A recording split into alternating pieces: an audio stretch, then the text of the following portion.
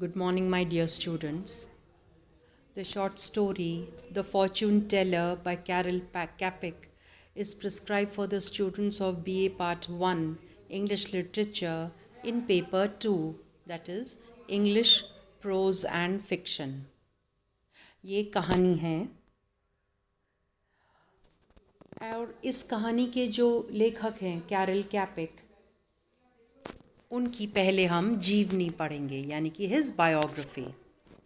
Carol Capek, whose dates are 1890 to 1938, was a noted novelist, playwright and essayist. यानी कि वो उपन्यासकार थे, नाटककार थे और निबंधकार भी थे. He was perhaps the best known Czech literary figure of the 1920s and 1930s. Czechoslovakia एक छोटा सा यूरोप में एक देश है, ये वहाँ के रहने वाले थे. Born in northeastern Bohemia on January 9th, 1890, Carol Capek was the son. नाम से शायद आपको लगे कि ये एक महिला का नाम है. कैरल एक्चुअली एक पुरुष का नाम था. Was the son of a physician. He studied philosophy at the Czech University of Prague, where he was influenced in his thinking by Henry Bergson and by modern American philosophy. In 1914, he earned a doctorate, यानी कि उन्होंने PhD करी थी. He remained, except for numerous travels abroad, in Prague until the end of his life. In 1935, he married the well-known actress Olga. Literary works. The Czech author Carol Capek's first creative phase from 1908 to 1921, यानी कि जब उन्होंने लेखन कार्य शुरू किया और वो लंबा अंतराल था 1908 से लेके 1921 तक, was marked by close collaboration with his brother Joseph, who later became a distinguished painter. This period in his writing career culminated means it reached an end in two collections of short stories. The central motif, यानी कि जो main pattern था या design of wayside crosses is the mechanism of modern civilization. जो उन्होंने दो collection of short stories लिखे थे. पहली जिसका नाम था वेसाइड क्रॉसेस और इसका पब्लिकेशन 1917 में हुआ था. It is about the mechanism of modern civilisation, यानी कि आधुनिक सभ्यता के बारे में इसके इन्होंने उसके लिखा है. Everything that we touch becomes a tool, even man. उनका कहना है कि हम जिस भी चीज़ को हाथ लगाते हैं वो हमारे हाथों में एक औजार बन जाता है, कोई कार्य करने का यंत्र बन जाता है. इंसान खुद भी एक यंत्र है. द सेकेंड कलेक्शन, जिसका टाइटल था painful stories of 1921, money and other stories, deals with middle class life. It is no accident that the decisive role in almost all the stories is played by money. यानी कि इस collection, इस संकलन में जितनी भी कहानियाँ हैं उनमें रुपया, पैसा बहुत बड़ा रोल प्ले करता है. The characters in these books are, for the most part, helpless victims of forces that have overwhelmed them. यानी कि हर कहानी के जो पात्र हैं वो एक तरीके से शिकार हैं अपनी परिस्थितियों के, और उन परिस्थितियों के जिन पर उनका कोई कंट्रोल नहीं था. इन हिज सेकेंड फेज़, यानी कि उनका जो दूसरा अंतराल था लेखन कार्य का, जो कि 1921 से 1932 तक चला, कैपेक emerged as a dramatist, novelist and journalist. पहले फेज़ में उन्होंने शॉर्ट स्टोरीज ज़्यादा लिखी थी. इस सेकंड दौर में उन्होंने नाटक लिखे, ड्रामेटिस्ट, उपन्यास लिखे, नॉवलिस्ट, और उन्होंने जर्नलिज्म का भी काम किया, यानी कि वो एक पत्रकार भी थे and writer of travel sketches, और जो वो इधर उधर भ्रमण करते थे उनके बारे में उन्होंने विवरण दिया है. Some of his comedies as well as his novels from this period are utopian. Best known, especially to American theatre goers, is his visionary play RUR of 1920, a special criticism of capitalism, which introduced the word robot into the English language. ये पहले लेखक थे जिन्होंने robot शब्द English language में दिया था. Another comedy of this period, portraying the post-war situation in the world, is the ballet. और उसका नाम है बैले है, यानी कि वो कहानी नाटक जिसमें जो नृत्य नाटिका कहलाती है, और उसका नाम था फ्रॉम द इंसेक्ट वर्ल्ड, यानी कि कीड़े मकोड़ों की दुनिया से. Written in collaboration with his brother and translated into English as the world we live in. अपने भाई के साथ लिखा था और अंग्रेज़ी में जब इसका रूपांतर किया गया तो उसका टाइटल था the world we live in. During this period Capek also became prominent as an essayist. उन्होंने निबंध भी बहुत संख्या में लिखे. His deep humanity and his belief in ordinary man were expressed in an enjoyable book of humorous sketches, Gardner's Year, 1922. Best known, however, and widely translated were his popular travel books on England, Italy, Spain, Holland and Scandinavia. उन्होंने कई देशों का भ्रमण किया था और अपनी travel books में अपनी उन यात्राओं का विवरण उन्होंने किया है. In the collection entitled Fairy Tales, a veritable treasure house of pure storytelling, Capek revealed his sincere understanding of childhood, his sense of humor, and the light touch characteristic of his fiction during the middle period. His third and final creative phase, उनका जो तीसरा दौर था लेखन कार्य का, वो था 1932 से 1938, was marked by his highest achievement, a philosophical trilogy of distinguished novels which first appeared in a serial form in newspapers between 1932 and 1934. तीसरे दौर में जो कि 6 साल का था, 1932 से 1938 तक, उन्होंने एक 3 किताबों का संकलन लिखा था. ट्रिलॉजी यानी कि एक के बाद एक 3 किताबें आई थी जो पहले अखबारों में क्रमशः रूप में छपी थी. The novels horrible meteor and an ordinary life, ये 3 नॉवेल्स थी. Centre on the problems of truth and reality, यानी कि सच्चाई और सत्य उनका इन नॉवेल्स का आधार है. Capek tells the same story from 3 different points of view, and in this respect he is sometimes compared to such masters of perspective in modern fiction as Henry James and Joseph Conrad. यानी कि इन तीनों novels में उन्होंने अलग अलग नज़रिए से एक ही कहानी को लिखा है. Between 1934 and 1938, Capek wrote a biography of Thomas Masaryk, founder and first president of Czechoslovakia, told as far as possible in Masak's own words. यानी कि उन्होंने टॉमस मैसेक की जीवनी लिखी जो कि चेकोस्लोवाकिया के प्रथम राष्ट्रपति थे. The first 2 volumes of this popular work were translated into English as President Masaryk tells his story in 1934 and Masak's thoughts and life in 1938. Capek proved to be a bitter foe यानी कि दुश्मन या enemy of dictatorship, attacking it forcefully in his last works written for the stage. Power and Glory, 1937, English translation, The White Scrooge, and his last play, The Mother, written under the impact of the Spanish Civil War and the threat of Hitler against Capek's own country. A few weeks after the occupation of Czechoslovakia, Capek died in Prague on December 25th, 1938. तो ये तो हुई कैपेक की जीवनी। अब हम कहानी the fortune Taylor के बारे में पढ़ते हैं। पहले मैंने आपको फॉर्च्यून टेलर कहानी की टेक्स्ट दे दी है, बोल्ड में ये चल रही है टेक्स्ट, पेज नंबर 4 से चल रही है। आप इसको पढ़ लें एक बार, 2 रीडिंग्स इसकी ज़रूर लगाएंगे आप।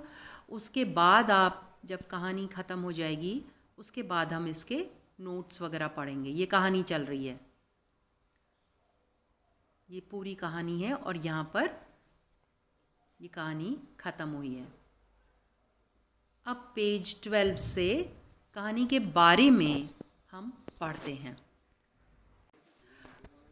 Preface. The fortune teller is a short story penned, meaning written, by Karel Capek, a famous Czech writer. The story is about a fake fortune teller.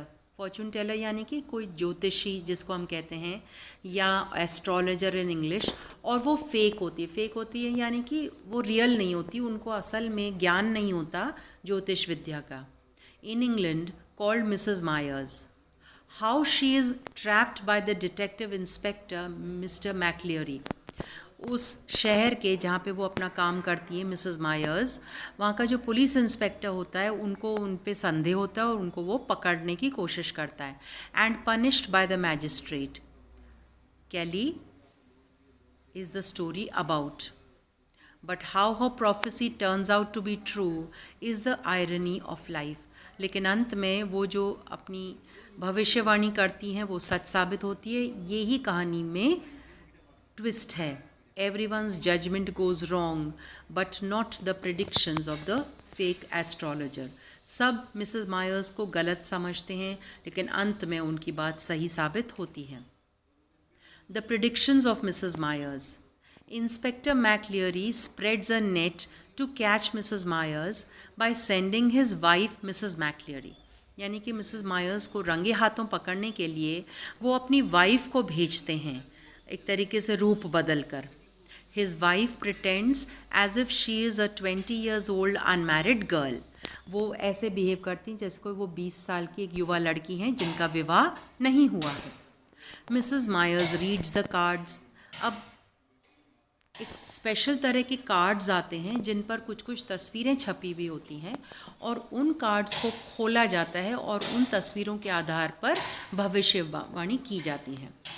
तो मिसेस मैक्लियरी जो एक 20 साल की लड़की बनकर जाती हैं, मिसेस मायर्स उनके कार्ड्स को खोलती हैं और पढ़ती हैं।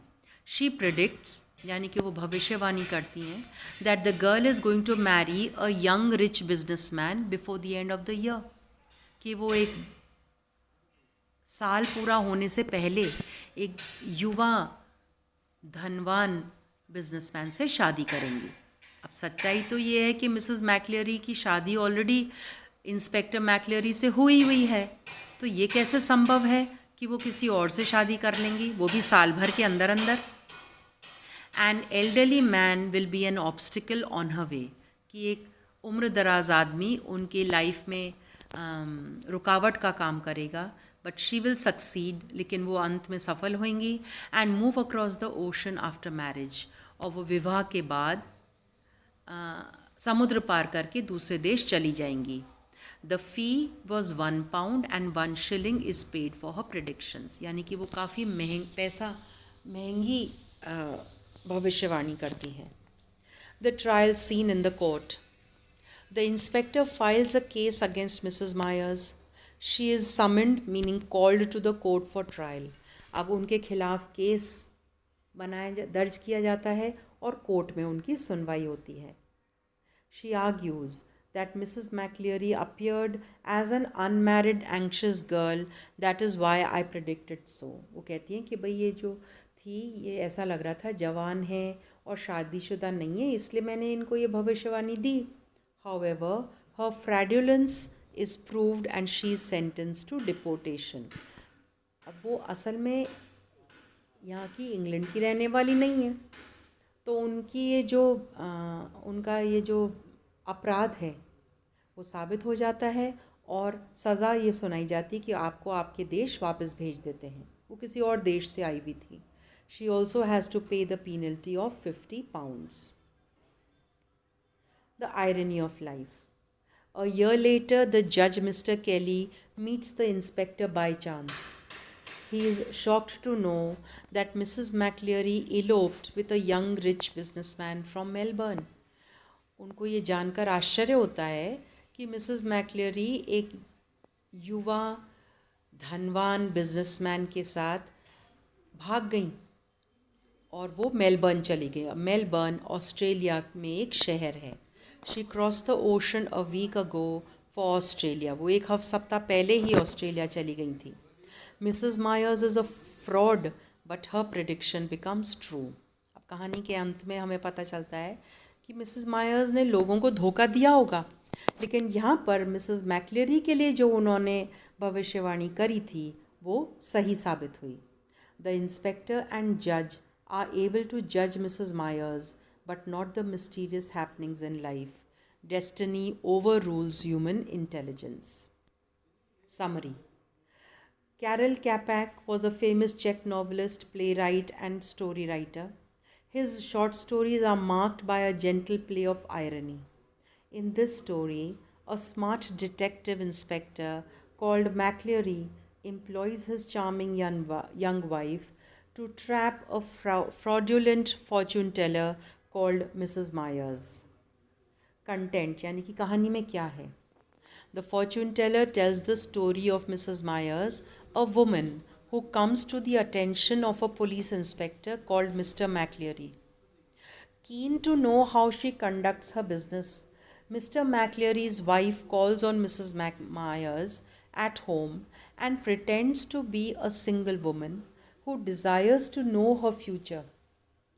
In their meeting, Mrs. Myers predicts that Mrs. McCleary, who is disguised as Miss Jones.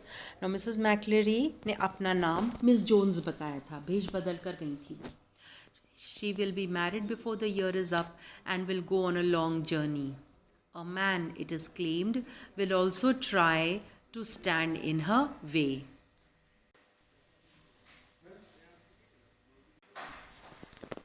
Believing these predictions to be false, Mrs. McCleary reports these findings to her husband. He has recently discovered that Mrs. Myers' identity is also false. Her surname is in fact Mayhofer and she comes from Lübeck in Germany. असल में वो विदेशी थी और भेष बदल कर वो खुद यहाँ रह रही थी.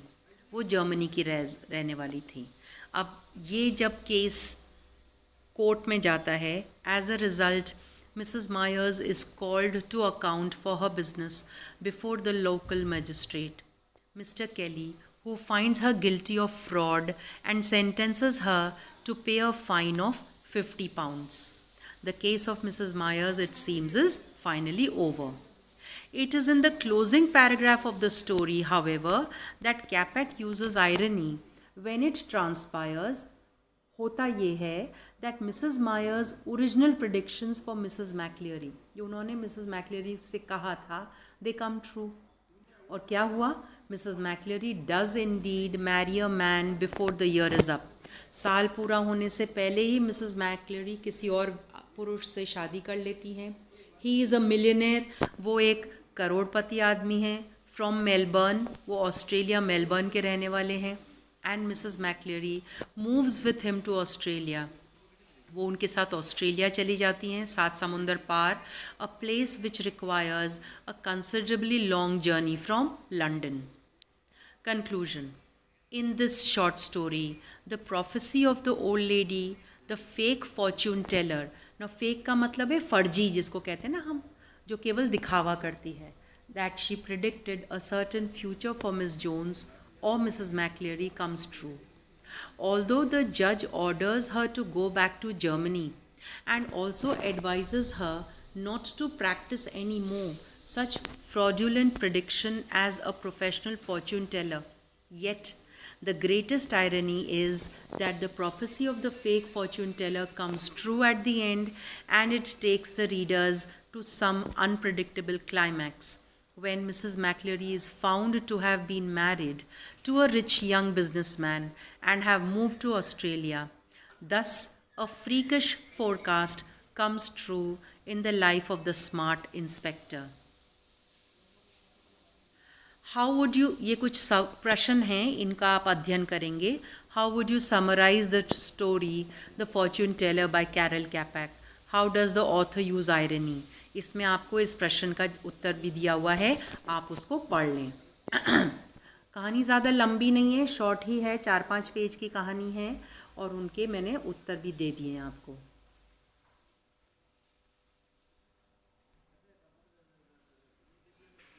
दूसरा क्वेश्चन है, what was Mrs Myers prophecy about Miss Jones future? उसका भी आंसर मैंने आपको दे रखा है, आप उसको पढ़ लेंगे.